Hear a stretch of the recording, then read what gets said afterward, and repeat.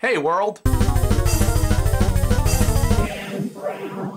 Your existence is amazing, significant, and maybe even miraculous. I mean, you shouldn't exist. Not in a bad way, but in a you have overcome impossible freaking odds sort of way. See, after my last vlog, I think I gave like 3,000 people depression. So today, I am here to make everything better because this is not the only way to look at things. We live in a random universe with incomprehensible amounts of atoms, particles, and elements just whizzing around doing crazy things. It's crazy enough when just a few of these things get together to create something slightly more complicated, like when two hydrogen atoms get together with an oxygen atom to create a water molecule, but consider this. To form you, approximately 7 times 10 to the 27th atoms had to work together. There are more atoms in your body than there are stars in the universe. I mean, you are not small. The universe may be huge, but you are not small. What is more remarkable, however, than the fact that just it took so many atoms to create you is the fact that when all those atoms got together, they were able to create a being that lives,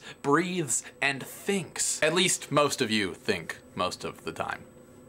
All of human history has been a series of incredibly unlikely occurrences making way for your existence. It was incredibly unlikely that the Earth would form. It was incredibly unlikely that the Earth would have the right temperature range to support life. It was incredibly unlikely that life on Earth would make it so far as to have evolved into beings that can think. It was incredibly unlikely that these thinking beings would create cultures as we know them today. It was incredibly unlikely that your parents, grandparents, great-grandparents, etc. would ever even meet each other. And when your parents and grandparents were making the next generation, it was incredibly unlikely that each successive generation would turn out the way that they did. If my last vlog made you feel insignificant, consider this. When you were being conceived, there were anywhere from 50 to 600 million sperm, each racing to get to the egg. Only one sperm won, and that bitch was you. I mean, let's think about that. Every year, about 20,000 people participate in the Boston Marathon. So for you to win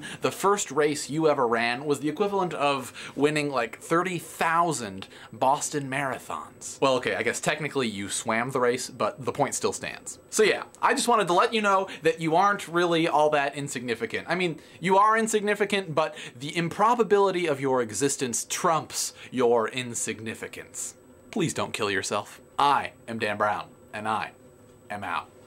If you like what you just saw, if Dan put you in a state of awe, subscribe to him and click the orange button. It really means something.